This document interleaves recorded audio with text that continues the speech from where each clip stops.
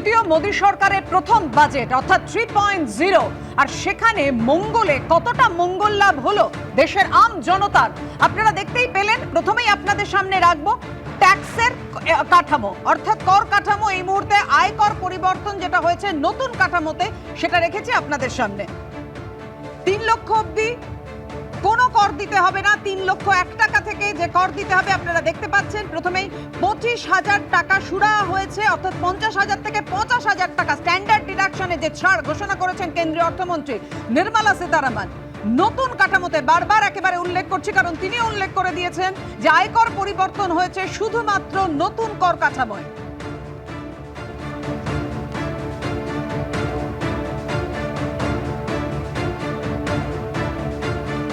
নতুন কর কাঠামোয় ছাড়ের ঊর্ধ্বসীমা বেড়েছে। 3 থেকে 7 লক্ষ পর্যন্ত আয় 5%, 7 থেকে 10 লক্ষ পর্যন্ত আয় 10% কর, আর 10 লক্ষ 1 টাকা থেকে 12 লক্ষ পর্যন্ত আয় 15% কর, আর 15 লক্ষ 1 টাকা বেশি আয় 30% কর দিতে হবে।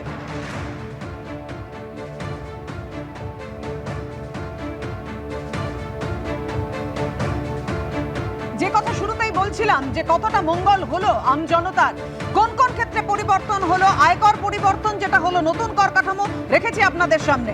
আপনারা জানেন একদম 3 লক্ষ পর্যন্ত আয়ে কোনো কর দিতে হবে না নতুন কর কাঠামোয়, কিন্তু 3 থেকে 7 লক্ষ পর্যন্ত আয় 5%, 7 থেকে 10 লক্ষ পর্যন্ত আয় 10%। এই যে নতুন রেজিমে যে কর কাঠামো করা হয়েছে সেক্ষেত্রেও পরিবর্তন আনা হয়েছে। 7 থেকে 10 লক্ষ যেটা আগে ছিল 6 থেকে 9 লক্ষ সেটা 7 থেকে 10 লক্ষ হয়েছে। 9 থেকে 12 লক্ষ যেটা ছিল সেটা 10 থেকে 12 লক্ষ হয়েছে। আর 12 থেকে 15 লক্ষ যেটা ছিল সেটা আপনাদের জানাচ্ছি 15 লক্ষের বেশি আয় 30% কর দিতে হবে।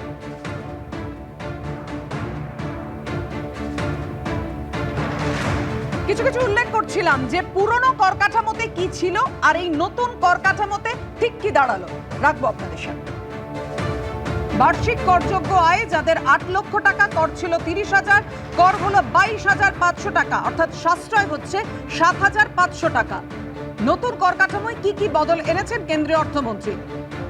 10 লক্ষ টাকা আয়, কর ছিল 52,500, কর হলো 42,500, 10,000 টাকা সাশ্রয় হলো। 12 লক্ষ টাকা আয় তাদের সাশ্রয় হলো। আপনাদের সামনে রেখেছি নতুন কর কাঠামোতে 13,750 টাকা।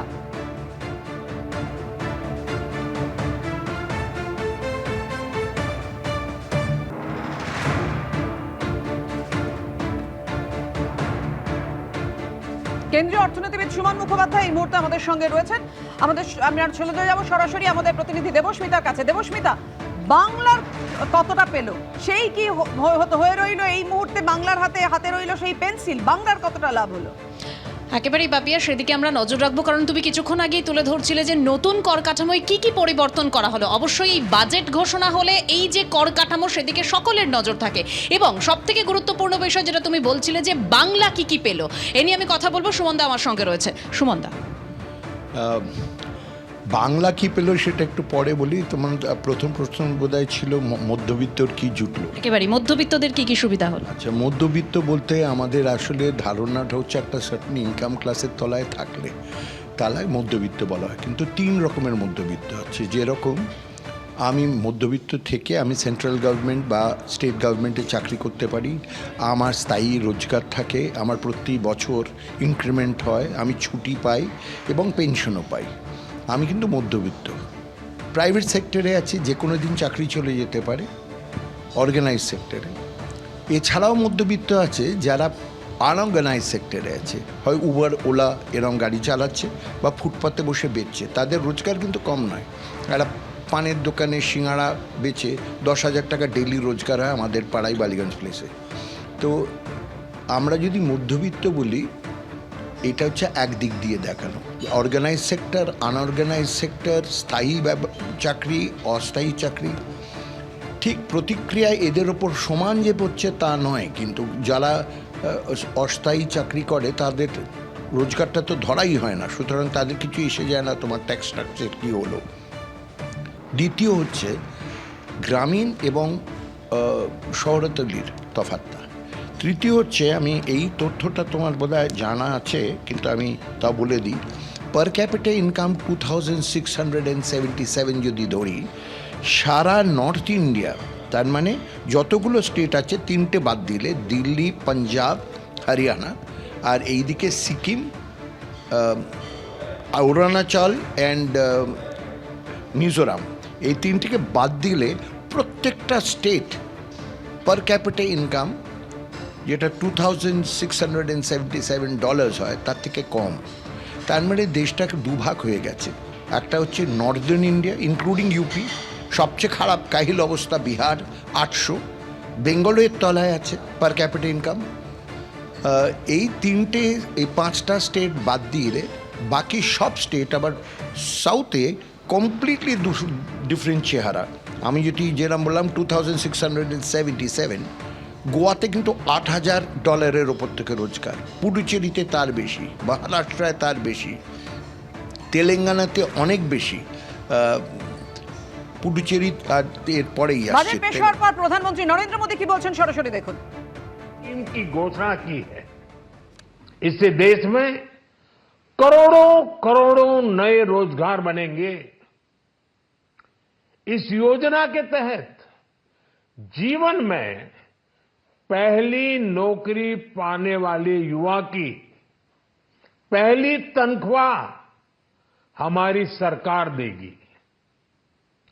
स्किल डेवलपमेंट और उच्च शिक्षा के लिए मदद हो या फिर 1 करोड़ नौजवानों को इंटर्नशिप की योजना, इससे गांव के, गरीब के मेरे नौजवान साथी, मेरे बेटे बेटी देश की टॉप कंपनियों में काम करेंगे। उनके सामने संभावनाओं के नए द्वार खुलेंगे। हमें हर शहर, हर गांव, हर घर एंटरप्रेन्योर्स बनाना है। इसी उद्देश्य से बिना गारंटी के मुद्रा लोन की लिमिट को 10 लाख से बढ़ाकर 20 लाख रुपए किया गया है। इससे छोटे कारोबारियों, विशेष रूप से महिलाओं, दलित, पिछड़े, आदिवासी परिवारों में स्वरोजगार को बल मिलेगा। साथियों, हम सब लोग मिलकर भारत को ग्लोबल मैन्युफैक्चरिंग हब बनाएंगे। देश का एमएसएमई सेक्टर मध्यम वर्ग से जुड़ा हुआ है।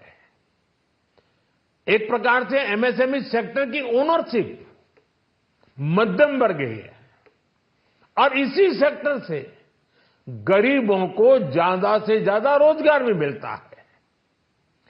छोटे उद्योगों की बड़ी ताकत, उस दिशा में हमारा अहम कदम है।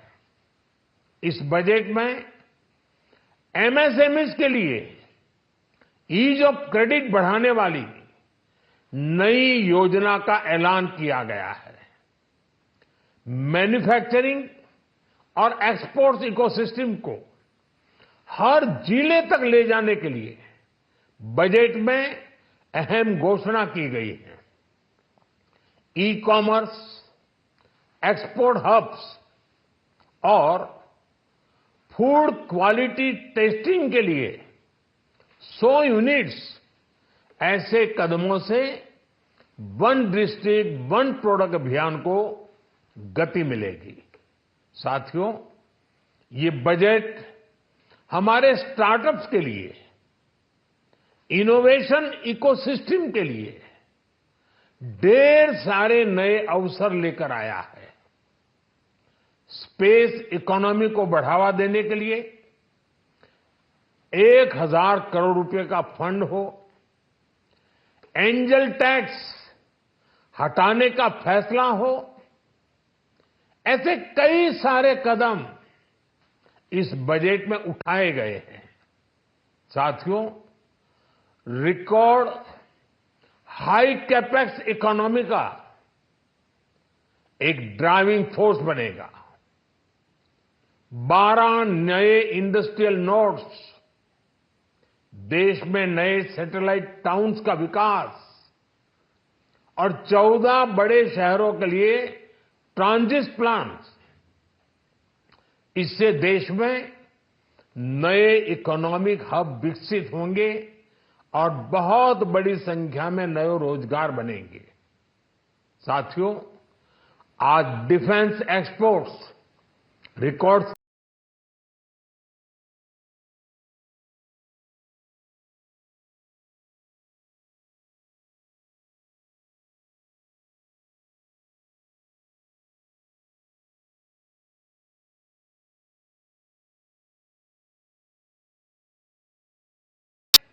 टूरिज्म के क्षेत्र में नई संभावनाएं बनी हैं।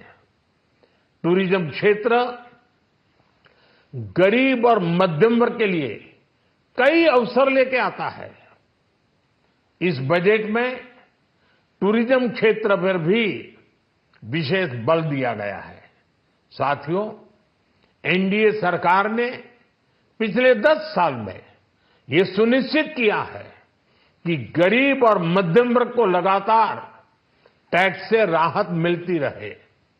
इस बजट में भी इनकम टैक्स में कटौती और स्टैंडर्ड डिडक्शन में भी वृद्धि का फैसला लिया गया है।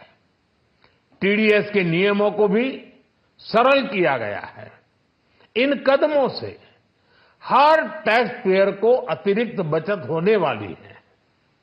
साथियों, देश के विकास के लिए भारत के पूर्वी क्षेत्र का संपूर्ण विकास पूर्वोदय के विजन द्वारा हमारे इस अभियान को नई गति, नई ऊर्जा मिलेगी। हम पूर्वी भारत में कई महत्वपूर्ण इंफ्रास्ट्रक्चर जैसे हाईवेज, वाटर प्रोजेक्ट्स और पावर प्रोजेक्ट्स का निर्माण कर विकास को नई गति देंगे। साथियों, इस बजट का एक बहुत बड़ा फोकस देश के किसान है। अन्न भंडारण के लिए दुनिया की सबसे बड़ी स्कीम के बाद अब हम वेजिटेबल प्रोडक्शन क्लस्टर्स बनाने जा रहे हैं। इससे एक और छोटे किसानों को फल, सब्जियों, अन्य उपज के लिए नए बाजार मिलेंगे, बेहतर दाम मिलेंगे, तो दूसरी ओर हमारे मध्यम वर्ग के लिए फल, सब्जियों की उपलब्धता बढ़ेगी और परिवार के लिए पोषण भी सुनिश्चित होगा। कृषि क्षेत्र में भारत का आत्मनिर्भर बनना समय की मांग है। इसलिए दलहन, तिलहन की पैदावार बढ़ाने के लिए किसानों को मदद की घोषणा की गई है। साथियों, देश में गरीबी समाप्त हो, गरीब का सशक्तिकरण हो, इस दिशा में भी आज के बजट में प्रमुख घोषणाएं की गई हैं। गरीबों के लिए 3 करोड़ नए घर बनाना तय हुआ है। जनजातीय उन्नत ग्राम अभियान सेचुरेशन अप्रोच के साथ 5 करोड़ आदिवासी परिवारों को मूलभूत सुविधाओं से जोड़ा जाएगा। इसके अलावा ग्राम सड़क योजना 25,000 नए ग्रामीण क्षेत्रों को ऑल वेदर रोड से जोड़ेगी। इसका लाभ देश के सभी राज्यों के दूर दराज गांवों को मिलेगा। साथियों, आज का बजट नए अवसर, नई ऊर्जा लेकर आया है। ये ढेर सारे नए रोजगार, स्वरोजगार के अवसर लेकर आया है। ये बेटर ग्रोथ और ब्राइट फ्यूचर लेकर आया है। आज का बजट भारत को दुनिया की तीसरी सबसे बड़ी आर्थिक ताकत बनाने के उस पूरी प्रक्रिया में कैटलिस्ट का काम करेगा। विकसित भारत की एक ठोस नींव रखेगा। सभी देशवासियों को बहुत बहुत शुभकामनाएं।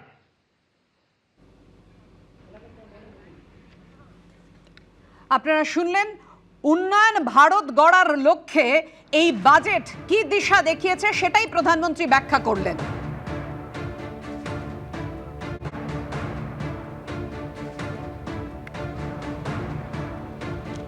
কিন্তু এই তৃতীয় মোদী সরকারের প্রথম বাজেটে অর্থাৎ 3.0 বাজেটে বিরোধীরা যেটা বলছেন যে শরিকদের একেবারে ঢালাও বরাদ্দ করা হয়েছে, কারণ অন্ধ্রপ্রদেশ বিহারের জন্য বাজেটে বিশেষ প্যাকেজ ঘোষণা করা হয়েছে জানেন। সেই সঙ্গে নতুন কর কাঠামোয় বেশ কিছু পরিবর্তন আনা হয়েছে। কেন্দ্রীয় অর্থমন্ত্রী নির্মলা সীতারামন তিনি স্ট্যান্ডার্ড ডিডাকশনে একেবারে 25,000 বিশেষ ছাড় দিয়েছেন, অর্থাৎ 50,000 যেটা ছিল স্ট্যান্ডার্ড ডিডাকশন সেটা বেড়ে হয়েছে 75,000। আমি এখানেই বিবেক আগরওয়ালের কাছে আসবো, কিভাবে দেখছেন আজকে বাজেট? আজকে যা বাজেটটা আছে এটা মোটামুটি আমি বলতে পারি সাধারণ মানুষকে অনেক টাকা দেওয়া হয়েছে। কেন আজকে একটা স্যালারি মানুষ যে 65,000 টাকা 65,000 রাফলি যা মাসে আয় করছে ওকে 1 টাকাও কর দিতে হচ্ছে না। আপনি স্ট্যান্ডার্ড ডিডাকশন যেভাবে 25,000 টাকা বাড়িয়েছে সেভাবে আমাদেরকে দেখতে হবে 7 লাখ টাকা পর্যন্ত ইনকাম ট্যাক্স ছাড় আছে। কেন 3 লাখ যা ছাড় আছে তারপর 7 লাখ পর্যন্ত রিবেট আন্ডার 87A আছে। তো 65,000 টাকা পর্যন্ত আপনাকে কোনো কর কাঠামো দিতে হচ্ছে না একটা সাধারণ মানুষকে। সেকেন্ড কথা হচ্ছে একটা ছোট ব্যবসা এখন যা ব্যবসা করছে পাড়া দোকানদারও সুইগি জোম্যাটো দিয়ে ব্যবসা করছে। যেখানে আপনি সুইগি জোম্যাটো এদেরকে কোনো মালটা বিক্রি করেন তাহলে ওরা 1% TDS কাটে আপনার। তার মানে 1,000 টাকা মাল বিক্রি করলে 1% ওরা কেটে নেবে, সেটাকে কমিয়ে করিয়ে দিয়েছে 0.1%। তাহলে আপনার হাতে বেশি টাকাটা পাওয়া যাচ্ছে, সেই দিয়ে আপনার টাকাটা আপনি আপনার বিজনেসে ইনভেস্ট করে বিজনেসটা বাড়াতে পারেন। থার্ড একটা অনেক ইম্পর্টেন্ট জিনিস যে অনেক কম লোক লক্ষ্য করছে, একটা TCS-এ প্রবিধান আছে আমাদের ইনকাম ট্যাক্সে। আপনি যদি কোনো গাড়ি কিনতে যান তাহলে একটা কর কাঠামো গাড়িওয়ালা কাটে। সেটা স্যালারি ক্লাস ক্ষেত্রে কী হতো, যে কর কাঠামো গাড়িওয়ালা কাটছে 10 লাখ টাকা গাড়ি কিনলে যদি ও 20,000 টাকা 30,000 টাকা কেটে নেয় আপনার ওটাকে ইনকাম ট্যাক্সে রিফান্ড নিতে হতো। এখন যদি আপনি সেটা ইনকাম ট্যাক্সে আপনার নিজে এমপ্লয়ারকে বলে দেন আমার এটা অত টাকা TCS আছে, তাহলে আপনার TDS-টা অটোমেটিকলি অত টাকা কমে যাবে। তাহলে আবার স্যালারি ক্লাস অতই টাকা বেশি হাতে পাচ্ছে। তো সাধারণ মানুষে যেহেতু এই মোদী সরকারের থার্ড টাইম গভর্নমেন্ট ফর্ম করে একটা বাজেট আছে, আর আমাদের একটা আশাও ছিল কি সাধারণ মানুষ অনেক টাকা পাবে হাতে, সেটা দিয়েছে। এর দিয়ে কী হবে আপনার এক্সপেন্সটা বাড়বে, তাহলে ইকোনমিটা অটোমেটিক গ্রো করবে।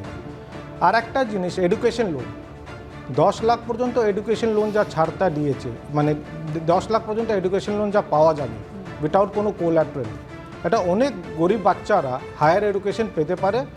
এর দিয়ে আর একটা লাভ হবে। অবশ্যই আমি এখানেই শান্তনুদার কাছে আসব।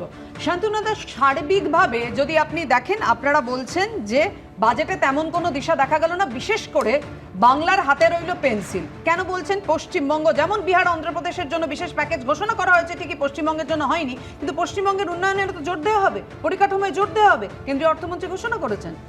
দেখুন আজকের এই বাজেট কেন্দ্রের নরবরে এনডিএ সরকারের ফিসকাল এবং পলিটিক্যাল ব্যাংক্রাপসিটা পুরো তুলে ধরেছে। এবং আমি আপনাকে আবার বলছি আজকের এই বাজেটকে আপনি কখনো ইউনিয়ন বাজেট বলতে পারেন না। আজকের এই বাজেটকে আপনাকে বকলমে অন্ধ্র বিহারের বাজেট বলা উচিত। কারণ নরেন্দ্র মোদী মহোদয় নিজে খুব ভালো মতো জানেন इस बार मोदी सरकार अब की बार 400 पार बोले सेंट्रल एजेंसी এবং ইলেকশন কমিশনকে কাজে লাগিয়ে পল্টুরাম নীতিশ কুমার এবং সুবিধাবাদী চন্দ্রবাবু নাইডুর কাঁধে ভর দিয়ে কোনো রকম একটা নরবরে সরকার তৈরি করেছে। প্রত্যেক মুহূর্তে তাদের সারাশি চাপে তিনি ওষ্ঠাগত প্রাণ হয়ে গেছে। সুতরাং এই বাজেটের মধ্যে দিয়ে কিভাবে তার গদি বাঁচাতে হবে, কিভাবে বিহার অন্ধ্রপ্রদেশকে খুশি করতে হবে, অন্ধ্রপ্রদেশ বিহার পাক, আমাদের তাতে কোনো আপত্তি নেই। যে কোনো রাজ্যের উন্নয়ন হলেই আমাদের ভালো লাগে। আমরা বিজেপির মতো প্রতিহিংসা পরায়ণতার চশমা দিয়ে দেশটাকে দেখি না। কিন্তু বাংলাকে উদ্দেশ্য প্রণোদিতভাবে প্রত্যেকবার কেন এইভাবে বঞ্চিত করা হবে? কেন প্রাকৃতিক বিপর্যয়ের ক্ষেত্রেও বাংলা বিপন্ন থাকবে, সেখানে কেন্দ্রের সহযোগিতা পাবে না? একটা দেশের কোঅপারেটিভ ফেডারালিজমকে বাজেটের মধ্যে দিয়েও এইভাবে কণ্ঠরোধ কেন করা হবে? কেন সেটাকে ভুলুণ্ঠিত করা হবে? আজকে আপনি আমাকে বলুন বাংলার বরাদ্দ কোথায়? এর আগে অতীতে আমরা বরাবর দেখে এসেছি পার্শ্ববর্তী রাজ্য সিকিমে যখন ন্যাচারাল ক্যালামিটি হয় সেখানে প্রচুর টাকা বরাদ্দ হয়, সেই একই বিপর্যয়ে বাংলার যখন উত্তরবঙ্গ এফেক্টেড হয়, বাংলার অবদাঙ্গ পায়। আজকে আমফান বুলবুলের মতো যখন প্রাকৃতিক বিপর্যয় হয়েছিল, ভারতবর্ষের প্রধানমন্ত্রী এখানে এসে হেলিকপ্টারে করে ঘুরে চলে গিয়েছিলেন, বাংলার জন্য লবডঙ্কা ধরিয়ে দিয়েছিলেন। আর 100 দিনের টাকা, আবাস যোজনার টাকা, মিড ডে মিলের টাকা, সমগ্র শিক্ষা অভিযানের টাকা, ন্যাশনাল হেলথ মিশনের টাকা, সেগুলো যদি বাদই দিই, আমার কথা হচ্ছে প্রত্যেকটা রাজ্যকে সমান দৃষ্টি দিয়ে দেখা হবে না কেন? একদম বাংলা এবং বিজেপি বিরোধী রাজ্যগুলো যেহেতু রাজনৈতিকভাবে তাদেরকে দখল করা যায় না বলে তাদেরকে বাজেটের মধ্যে দিয়ে ধারাবাহিকভাবে বঞ্চনা করা হবে। এই জিনিসের এই কারণেই বাংলা বিরোধী বাংলার বিজেপিকে বঞ্চনা, এবং শান্তনুদা যেটা ইঙ্গিত করলেন একদম স্পষ্টই বললেন, এন বাজেট হয়েছে। এন কেন বলছি? নীতিশ নাইডু বাজেট হয়েছে।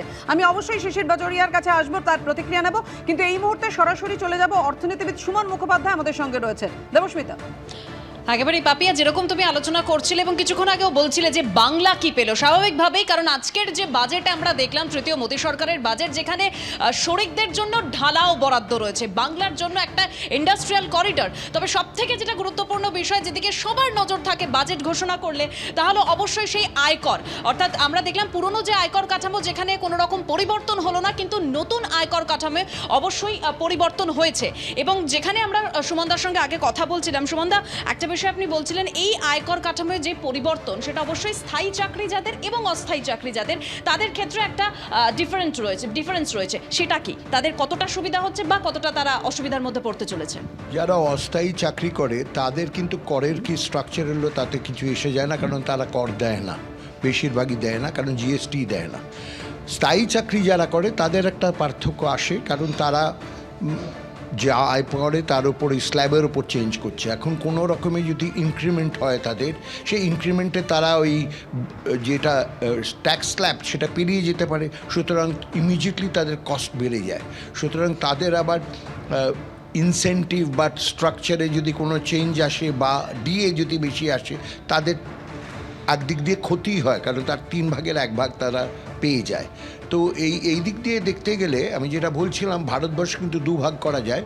নর্থ পার্ট, ওই 5টা স্টেট বাদ দিলে সবাই কিন্তু মিনিমাম পার ক্যাপিটা ইনকামের তলায় আছে। আর সাউথ ইন্ডিয়া মানে অন্ধ্রপ্রদেশ, তেলেঙ্গানা থেকে আরম্ভ করে সম্পূর্ণ গোয়া অবধি, পুডুচেরি ধরে, তাদের অ্যাভারেজ ইনকাম কিন্তু ন্যাশনাল ইনকামের থেকে 2 গুণ, কখনো 4 গুণ বেশি। তো এই যে পরিস্থিতি, তাতে আমাদের বুঝতে হবে যদি আমরা ইনক্লুসিভ গ্রোথ করতে চাই, যেটা আমরা চেয়েছিলাম, তাহলে আমাদের দুটো জিনিস করতে হবে। স্থায়ী চাকরি, অস্থায়ী চাকরি যেই ফারাকটা, এটা বোঝাতে হবে, সেভিংসটা বাড়াতে হবে। এখন আমরা বলছি এই যে ট্যাক্স স্ট্রাকচারে স্ট্যান্ডার্ড ডিডাকশন আমরা 50 থেকে 75,000 করেছি, সেভিংস হচ্ছে 17,500, 12 দিয়ে ভাগ করো, ওই লক্ষ্মীশ্রীর মতো 1,500 টাকা মাসে পাচ্ছে, তার বেশি পাচ্ছে না। এর উপর যদি আমি ফুড ইনফ্লেশনটা ধরি, যেটা ওরা বাদ দিয়ে বলছে, সরকার বলছেন যে না 3.3% নন ফুড ইনফ্লেশন হচ্ছে, তাহলে কিন্তু যে কোনো সাধারণ মানুষের দুর্বিষহ হয়ে যাচ্ছে। একেবারেই, অর্থাৎ বোঝাই যাচ্ছে যে নতুন আয়কর কাঠামো যেটা, যেখানে যেরকম বলছিলেন সুমনদা, স্থায়ী চাকরি এবং অস্থায়ী চাকরি, সেদিকে অবশ্যই একটা নজর রাখতেই হচ্ছে আমাদেরও, এবং বাংলা কি পেল সেদিকেও আমাদের নজর রাখতে হচ্ছে।